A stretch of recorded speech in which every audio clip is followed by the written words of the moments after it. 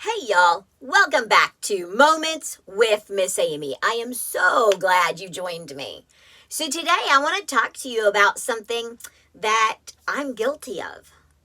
Yeah, I know, right? It's like, ooh, she's bearing it. She's telling the truth, right? I am. I'm going to be out here. I'm going to be vulnerable. I'm going to share with you guys something that I have the habit of doing, and that's people pleasing.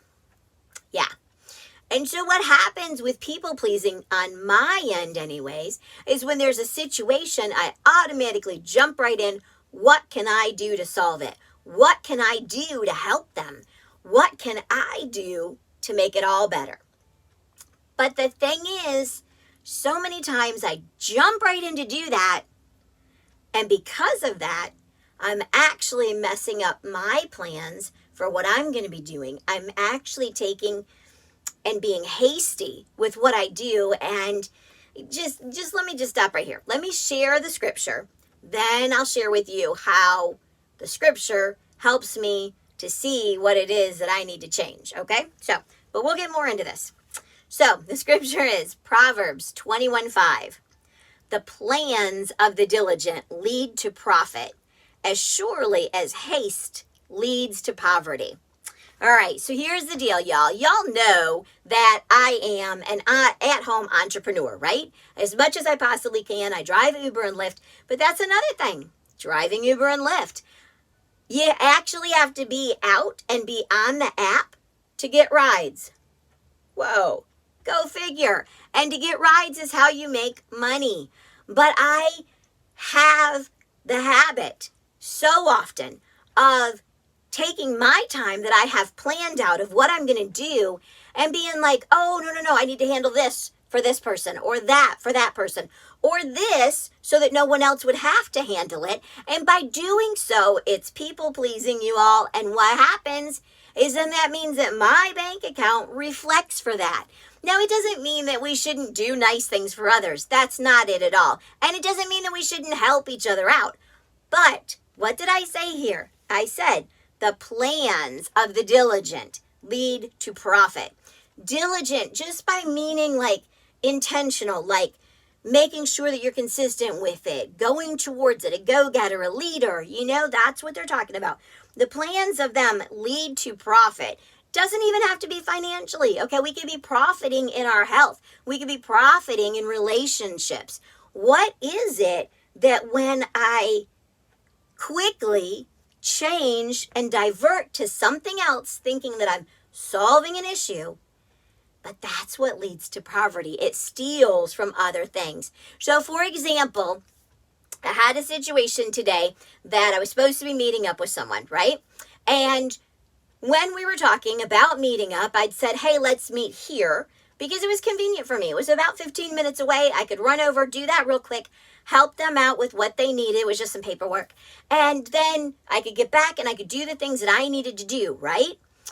But then when I checked with them and found out that they weren't really planning on taking that route to go from point A to point B, they were actually going another direction, but they were coming this way to be able to meet with me. My first thought was, oh, wait a minute. How can I save you the time from coming to me?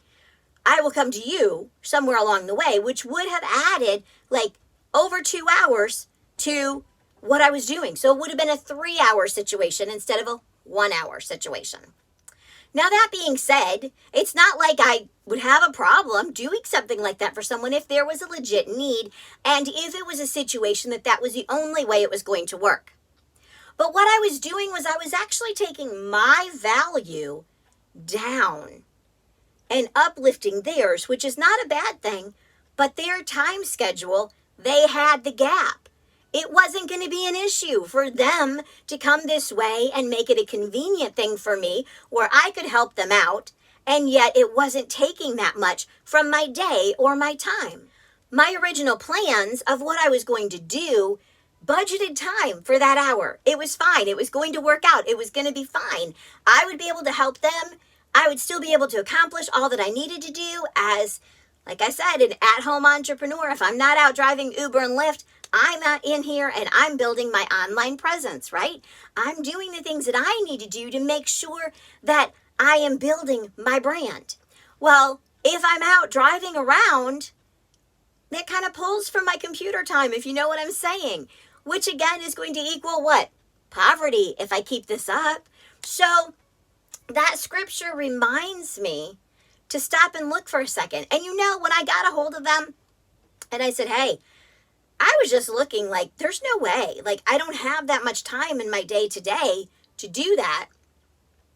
But if you still can come this way, I can still work with you. I can still meet with you for that hour.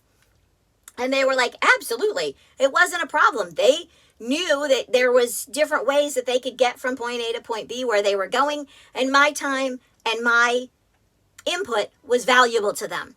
And so by just having that open communication and seeing that where I thought I was solving some big problem for them, guys, honestly, I would have been frustrated. I'd have been upset, and that wasn't their fault.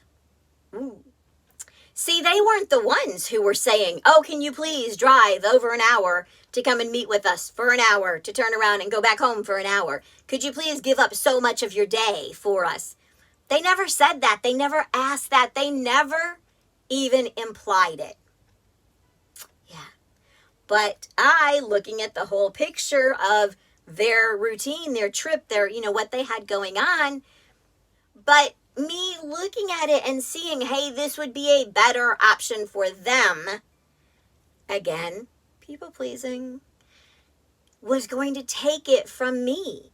And that's something, guys, I just want to point out to you is our self-worth, our value on our time needs to be something that we're aware of. Now, maybe you haven't run into any situations at all like what I'm talking about. But I do want you to stop and think about the last time that you valued your time. If you're hooked on a game on your phone, there's a couple of them I do really enjoy playing. But if you are, and you're spending a block of time doing that, and you're letting time get away from you, what about scrolling on social media? Do you know how hard that is to not get stuck in that when you're building a brand online? Seriously, it's in front of my face all the time.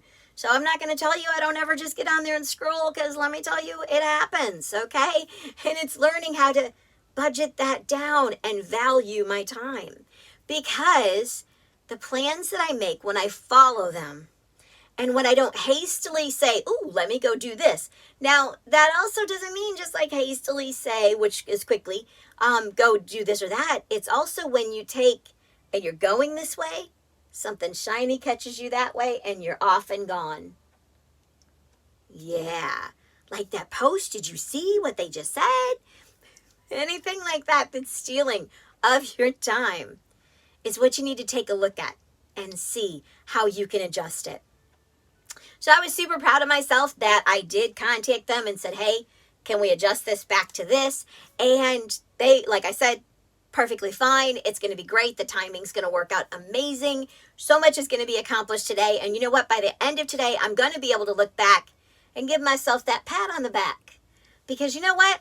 I did it.